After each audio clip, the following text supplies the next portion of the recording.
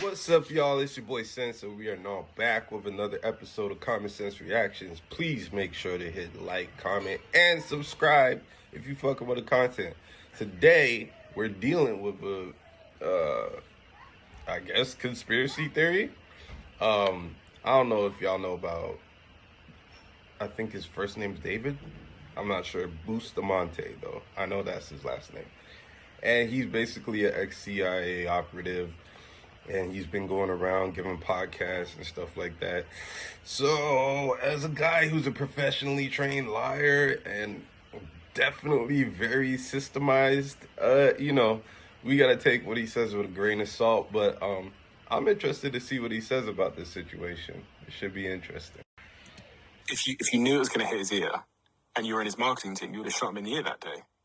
Like because that was, as we both said, he won the election that day. Yeah. And he won the election because many people will now see him as some kind of hero. So I'll tell you how a CIA officer thinks about this, right? If you wanted to stage an attempted assassination, if that's what you want to do, is stage an attempted assassination, you would never shoot at the person who was the principal. You would shoot away. You'd shoot up in the sky. The principal is the primary target that you're trying to support, right? So Donald Trump was the principal.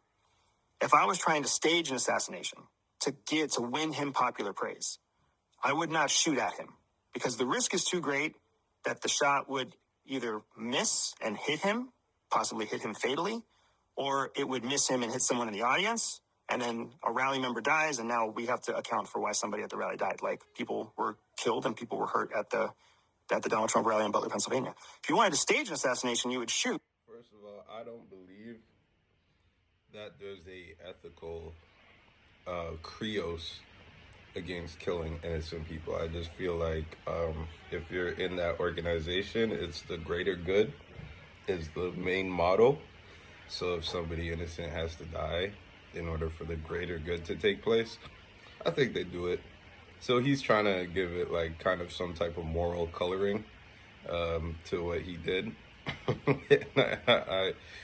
I'm in high doubtfulness that there is any.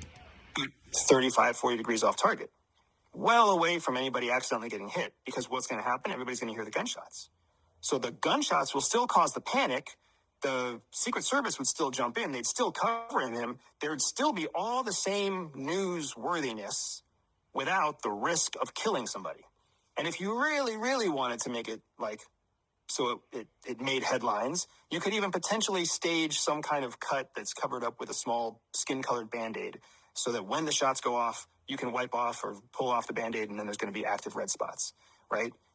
You would never actually shoot at the principal. That's what people don't understand about conspiracies, is that when you actually plan to carry out a covert action, you plan to carry out the covert action in the safest possible way. You don't run the risk of... So, also, you have to remember that, bro, he wrote a book, and before he wrote the book, everything that he discussed, he had to have cleared with the head of the CIA department before he was even able to write the book. So consider that when he's sitting here giving you a breakdown of the entire way that the CIA works, operates, plans their political interference. So I don't know. It sounds a little bit questionable to me. Hold on. School. Actually shooting the principal. So, but let's play out the scenario that it was a conspiracy. So what could have happened there? And I was in an office the other day, one of the companies that I'm involved with, and there was a group of people gathered around a laptop watching the footage, and half of the people thought it was some kind of conspiracy, and that maybe he fell down and then like cut his own ear, and then the other half of the people thought that was craziness. I mean, it sounds plausible. Like, you know what I'm saying? Like, I had the same thoughts. I was like, yo, it's either one of two things. It's either bro set this up himself so that he could come away a hero, or they actually tried to body this dude. You know what I'm saying? So it's a little bit crazy. What side of the fence do you sit on? You think it was a real shooter? I think it was a real shooter. I absolutely think it was a real shooter. The principles that CIA teaches us about how to analyze a situation are twofold. They teach us how to analyze a situation, but they also teach us how to predict a conspiracy. And conspiracies have a very clear anatomy. They have a very clear process. All conspiracies start with something that is factual. Something really does happen. And then, immediately following the factual thing, there's a lack of information. Inside of that lack of information, the third piece of the puzzle is speculation. Now, speculation and suspicion are very close cousins. Suspicion is healthy, right? You've heard of healthy suspicion. Speculation is not healthy. Speculation is what it takes for you to create an answer to a story that's not based on facts, which is where the fourth element of a conspiracy comes from, a story that closes the loop. Because when there's information missing, it creates an open loop. Well, guess what human brains like? Conveniently closed loops. So we can't handle an open loop very well for very long. So then we start speculating on what might have happened until someone defines for us an answer. And then all of a sudden you have an answer that closes the loop and you have a conspiracy. We need stories. We need stories to understand ourselves. They stay doing this to me. Hold on. All right, we back.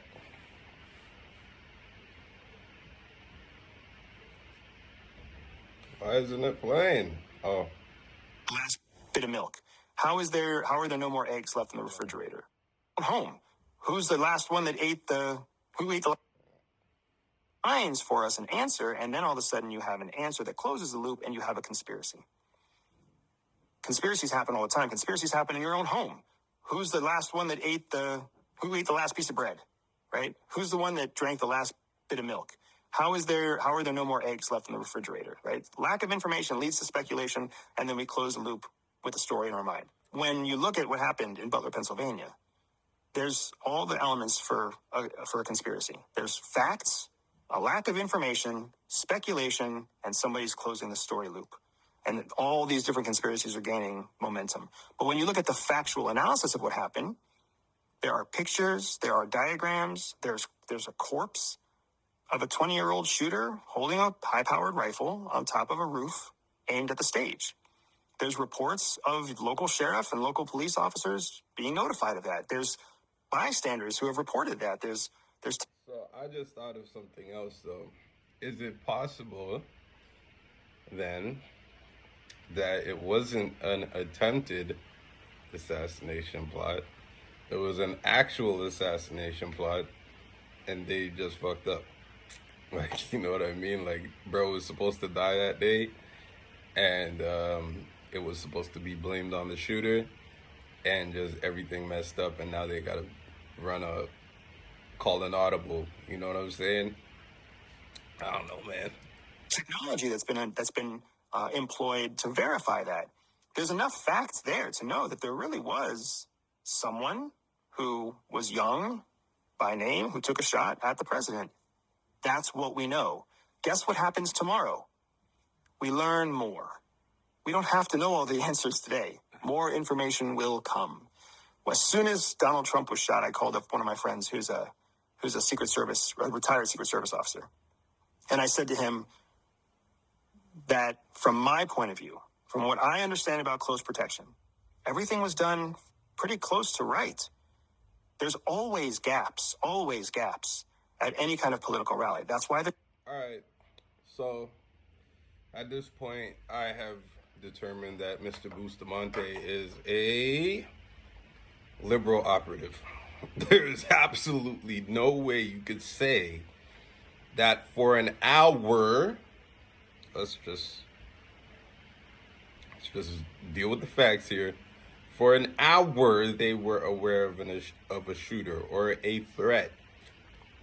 For at least half an hour, they were aware of a shooter being on a roof. They knew exactly what roof it was. Many people pointed to it. There's a guy up there on that roof with a gun. Police went up to check, were threatened, came down. Nobody went to surround the president. Nobody did any type of action or move to try and ensure that this situation didn't go bad. How in God's name could you say that everything was done right? Yeah, bro is a tool. He's a tool, definitely. And I don't mean that in like the derogatory sense, like you're a fucking tool. Like I mean, like he's actually just like a tool of an arm of the establishment. At this point, I'm gonna have to concede. They're dangerous. You can't make it 100% secure. That's why there's snipers on the roof. There's not snipers on the roof because they feel like the grounds are safe. There's snipers on the roof because they know that there's gaps. There's not Secret Service on the sides of the stage carrying guns because they think that they're safe. There's Secret Service on the sides of the stage because they know that there's gaps. Of course there's gaps. You can't manage all risks. The person took a shot from over 400 feet. 400 feet is a long, difficult shot. Empirically, it's a long, difficult shot. Even though the newspapers come out and say it's a turkey shoot or an easy shot or a standard shot or a basic shot, it is not. Any hunter out there will tell you 400 yards is a difficult shot. I'm confused, bro, because I've heard 150 yards and I've heard 400. I don't know when they're gonna make up their mind on the distance, but it's pretty irritating. They gotta figure it out, man. Like, this is wild. They're just saying whatever now. You have to have a high-powered rifle built for that kind of distance to shoot that length. So there's all kinds of misinformation that's going around as people try to spin up a story. So for me, it was a real assassination attempt by a real person whose motives are still unknown. I was listening to something, and the person was saying that maybe this, the CIA or somebody infiltrated this young man and encouraged him over a period of time to get up there on that roof and all these kinds of things. The heart of the problem here is we're quite distrusting and we don't have answers, and most of us aren't informed. So there's basically the small life that we live. Bro's accent kills me. Like, he just reminds me of my mom. That's how my mom talks. It's funny. And then above us, we see like billionaires and powerful people, and we hear that they do and or have historically done very nefarious, malicious things. And that becomes our sort of shed, is that we are the average person. And then up there, outside the shed, there's all these billionaires, powerful Illuminati, and they are doing these really malicious things. Now, in part, that's true, but maybe only in part. And we kind of assume this broad strokes approach to anything that happens. We go government, matrix, conspiracy. The CIA does have history of doing things like this. True. We're coming into a conversation that's too... I like the fact that he challenged him on his point. He didn't let him slide on it. He was just like, but wait, y'all be doing this shit. That's basically what he said. What you mean? One, we're talking about a pre-9/11 CIA. Pre-9/11, post-9/11 is important to create a distinction for CIA because prior to September 11th, CIA was a small, highly funded organization with very little oversight.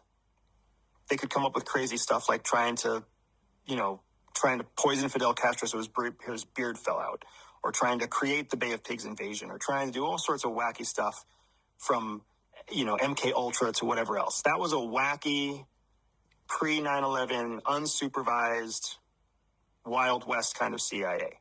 Post 9/11, the 9/11 Commission, written in 2003, highlighted that CIA failed to do its job for September 11th. So now there's tons of oversight. It's now a very large, very fat, well-funded bureaucracy. Whereas before, it was a well-funded free-for-all. If it was a conspiracy, which department or which organization would be responsible, in your opinion? If it was a conspiracy, there would be no... Bro, if the military is getting dollars that can't be accounted for year after year, like billions of dollars, maybe trillions, I think it's billions. Like, their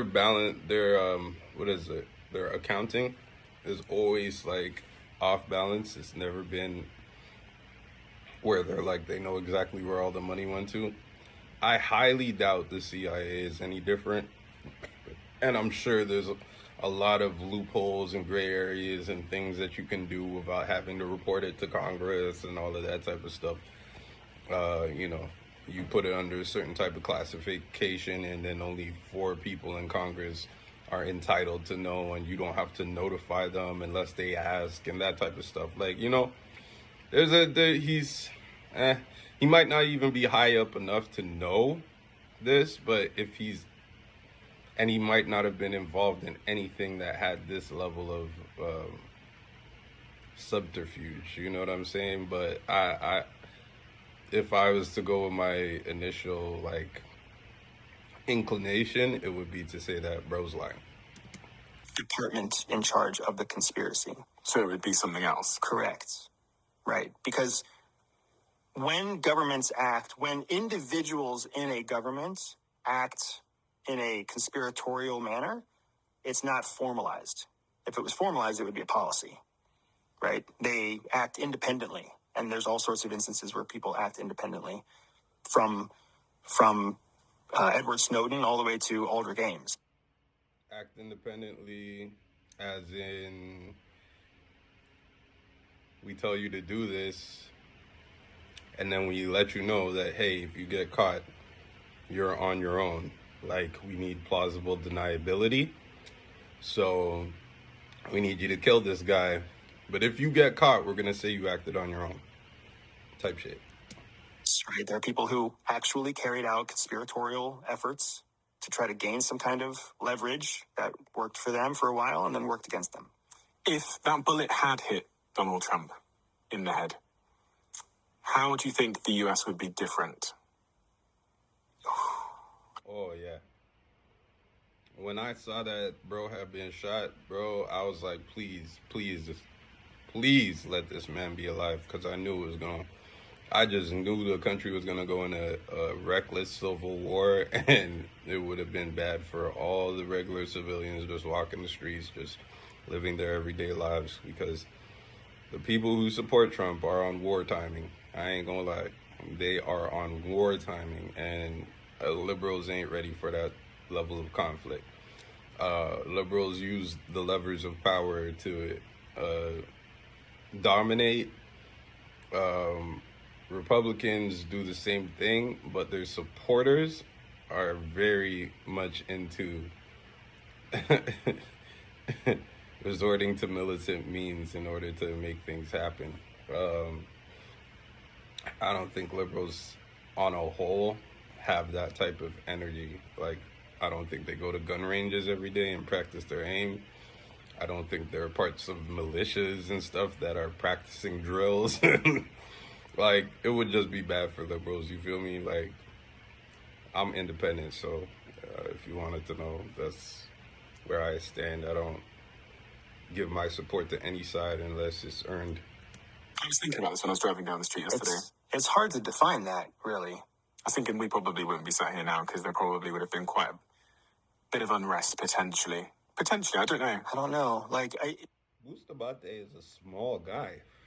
Like, I'm looking at him sat across the table from bro, and he literally is the type of person you would never notice. And they said, like, you know, see, that's how they prefer their CIA operatives. Like, they want them to, like, just fly under the radar, never be noticed. They want them very average looking, not good looking, like, you know what I mean? Preferably ugly. Like, you just want them to not stand out. Just be very, very, very average type people, you know what I'm saying? He's a very tiny guy. Like, this man is barely bigger than the chair. Where's bro? Yeah, that's wild. Bro's shoulders are above his seat. The guy interviewing him, and Bustamante's like this. His shoulders are like damn near level with the chair. That's insane. What is he, 5'3"? I need a reading on this guy. We gotta go to Google. Check this man up real quick. 1 second. I'm gonna go. I know this is a whole tangent that doesn't need to be addressed, but I'm just I'm curious, man. Who's the David Bustamante? Wait, it says Spanish singer Bustamante, CIA. Okay.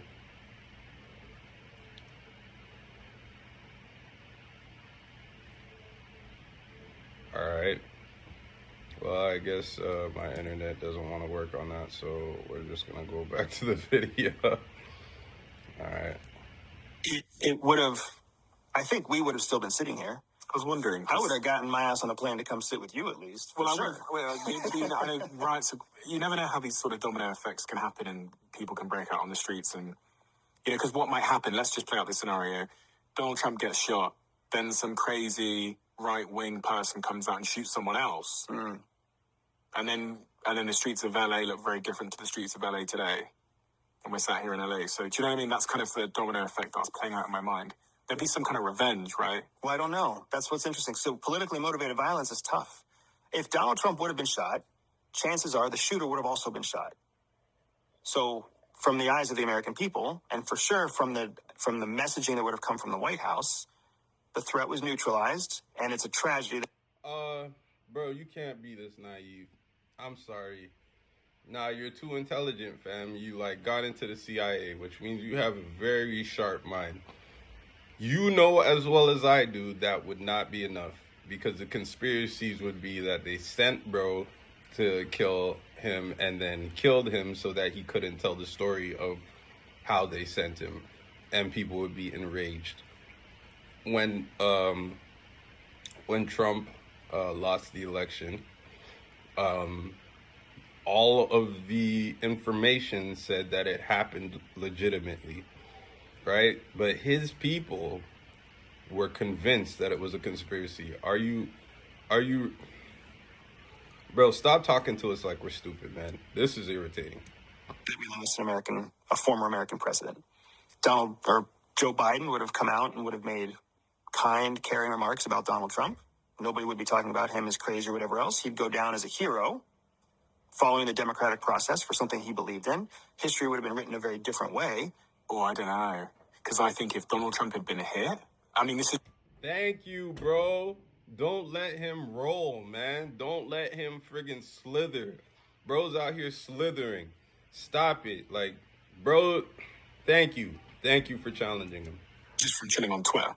If Donald Trump had been hit, regardless of whether that kid had been shot, and regardless of whatever, people would have believed that it was some kind of deep state, CIA, left wing, Hillary Clinton. And that's exactly what I just said. Come on now, bro. You're acting like his supporters are normal. His supporters are cultish. They're not supporting agendas. They're not supporting... I mean, they may say they do, and they may consequently align with some of their beliefs and stuff like that, but they just dude. They consider him a savior of some kind, you know what I mean? And I'm saying, you know what I mean? At this point, I feel he might be the best option for the country. We'll only see, because he's going to win. But I'm not a cult follower, you know what I'm saying? Bro is just a man, you know what I mean? And probably a very, very, very flawed man.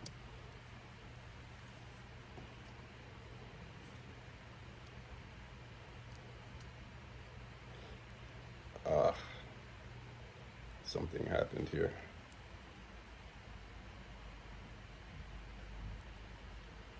Hold on a second. We lost volume, guys. Hold on 1 second. So it looks like we're just gonna have to go back to speaker volume, because whatever's going on is delayed my volume. So regardless of whether that kid had been shot, and regardless of whatever, people would have believed that it was some kind of deep state, CIA, left wing, Hillary Clinton involvement. Even if there was a body, fingerprints, they found the kid's hard drive and he was planning it, there's a group of people that still would have believed that. Absolutely, because there's a group of people, as you know, that believe anything. Correct. And that group, someone in that group of people would have taken a retaliatory action.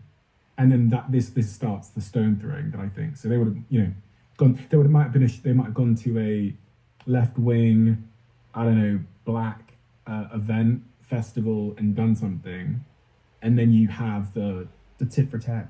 I don't disagree that it's a possibility, but the question is whether or not a group would have reached critical mass to take some kind of action. If assassination of your favorite person in the world, in the entire world, isn't enough to push you to critical mass, but the loss of an election was, I don't think bro is like. I think he's like. I think. I think he understands politics enough to know that from his position and his profession, he is not in a place to make any inflammatory suppositions like it would have caused this or it would have caused that. You know what I mean? So maybe he's trying to play it like neutral, but he's really just kind of insulting people's intelligence at this point. Okay, yeah. Right? Because I mean, think about the alternative. The alternative is the streets of, you name the conservative state, Texas, Florida, whatever, Pennsylvania maybe, a giant parade fit for a king, right? Parading Donald Trump through the streets, something to keep, and Joe Biden happily endorsing the money for it to happen because he's an ex-president and because that's showing like unity and nationality. It could have been a chance to really I think gotta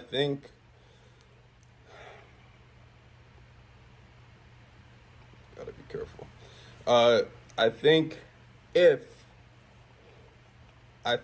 if this was a liberal conspiracy and it was actually intended to be a assassination, then that would have been the thought process. That, oh no, we'll just make him seem like a hero. We'll give him a big parade and stuff like that, and we'll wash over. But I think people are too separated from the actual truth of what's happening in these actual streets to know that that's not even a remote possibility. It wouldn't have happened. It wouldn't have happened. bring the whole country together and end some of the bipolar division. There would have still been, just like you said, there would have been a group of people who believed in some sort of deep state action. And there may have been follow-up violence. You're right again. I think all of those things are possibilities. But it is also a possibility that it would have gone in the other direction. There still would have had to be a new. Okay, for that, I could say, yes, true. There is a possibility that it could have blown over, but I would have given that possibility maybe a 15 to 20% chance. You know what I mean? 15 to 20%, 80% shit was going to go up. Candidate identified by the Republican National Convention. So things would have gone differently from that day. Very interesting. If you love the Diary of a CEO, all right, well, that's it, man. This was Diary of a CEO. This is actually a great podcast. Dude is he's I don't know if provocative is the right word, but he's just a brilliant interviewer. He's very good at asking questions that get people to dig inside, and give these very real and natural responses. And he doesn't back down either. Like, as you can see, he definitely challenged Dave on a couple of his positions, and I would suggest anybody go check out this podcast, go through everything that he's posted. Like, no matter who he's interviewing, it's always a great, fantastic interview. Anyhow, y'all already know who it is. It's your boy Sense, and this is Common Sense Reactions. Make sure you hit like and subscribe. I'm out. Peace.